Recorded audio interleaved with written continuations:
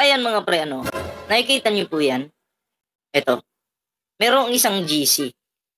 Okay, ang nakalagay dito, DDS Troll Farms. Reward money, 50K per Facebook group. So, per Facebook group. Tapos, o baka per per GC, no? Kasi may nakalagay po dito, ayan ang pangalan po ng GC, President Sara Movement. Wow! Feeling nila talaga, ginawa na talaga nilang presidente si Sara Duterte. Okay? Ito po ay nagkalat, itong screenshot na to ay nagkalat po sa isang GC. I mean sa isang Facebook group. Okay? Na merong isang GC group na ang pangalan, no? Ito totoo. Kukumpletuhin ko po yung picture para makita nyo po, okay? Kumalat po ito sa isang Facebook group na Senator Trillanes Power. Okay? So, siguro may traitor sa GC, in-screenshot, tapos pinost doon sa Facebook group ng Senator Trillanes Power para maging aware yung lahat. Okay? So, yan po yung screenshot, no? Ang sabi po dyan, okay, maliwanag po yan na ang pangalan po ng GC, President Sara Movement. Okay? Tapos basahin po natin yung laman ng diyan sa GC. Sabi po, guys, magpakalat lang kayo ng pagsuporta sa mahal nating Pangulo na si Sara. Nagtaka ako, naging Pangulo pala si Sara Duterte? Paano naging Pangulo to si Sara? Diba? Okay lang na magpakalat ng pagsuporta, okay lang yun. Suporta yun eh. Wala tayong question dyan. Okay, pero nakakaduda na biglang naging Pangulo si Sara dito. Ang mas matindi dito yung kasunod. Ang sabi dito, yung pong 50K per group po ang hatian ng bawat members. Depende po yan kung ilan po kayo sa isang grupo. Okay, so ibig sabihin, sa GC po sila. Kung halimbawa, 10 kayo sa isang GC ng mga naninira sa administrasyon, paghahatian niyo po yung 50,000 pesos. Okay?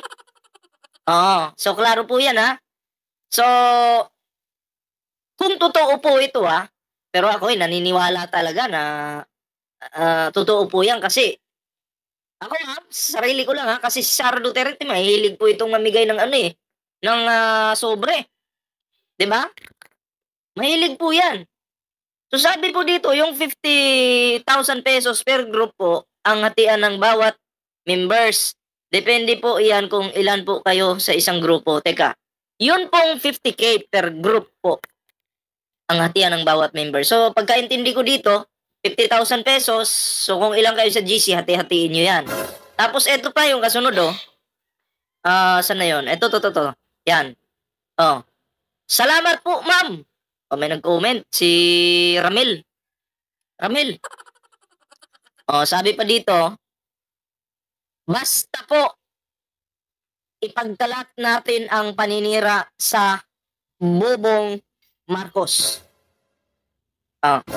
Basta magkalat lang daw po sila ng paninira kay Pangulong Bongbong Marcos.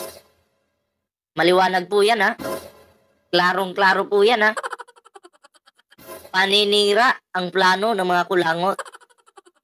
Diba? Tinawag pang bobo si Pangulong Bongbong Marcos tapos sila yung naninira. Diba? So pera-pera itong mga grupo na to. Basahin pa natin. Ayan maghintay lang po kayo ng next na gagawin sa susunod na araw. Ma'am, sa Twitter po kayo mag-register. So may mga registration to. No? Ang nag-uutos dito, may profile po, ang profile si Sara Duterte. Siguro ito yung hindi naman pwedeng sabihin si Sara yan. Ibig sabihin, ito yung isa sa nagbibigay ng bayad sa galamay ng isa to sa galamay ng mga dutae. So maliwanag po dito mga pre na meron po silang GC. Diba? May GC po. Oo, kalat po ito sa isang group. Facebook group. Kalat po. Kaya wag na po tayong magtaka. 'Di ba, wag na po tayong magtaka kasi diyan nga sa, Kongreso, 'di ba? Yung mga sobre na imbestigahan diyan, mga puting sobre, 'di ba? Na pinapamigay umano, di umano ni, Sara Duterte, 'no, ng opisina ni Sara, 'di ba? So, klaro po dito, maliwanag po dito na ang gusto nilang gawin, pabagsakin po ang administrasyon, 'di ba? Kasi na-mention po dito or nabasa po natin dito, meron po silang, paninira sa pangulo. Paninira po ang, kanilang, goal. Oo, paninira, siraan ang administrasyon, kung ano-ano mga sasabihin, guluhin. Ginugulo ang isipan ng mga Pilipino kaya yung mga bangag-bangag issue na 'yan, na kinagat naman ng mga bubong DDS na, "Oh, bangag nga si pangulo," gumaganon-ganon sila. Kayo po yung lugi, uto-uto kayo habang itong nang-uuto sa inyo, bawat grupo nila kumikita monthly.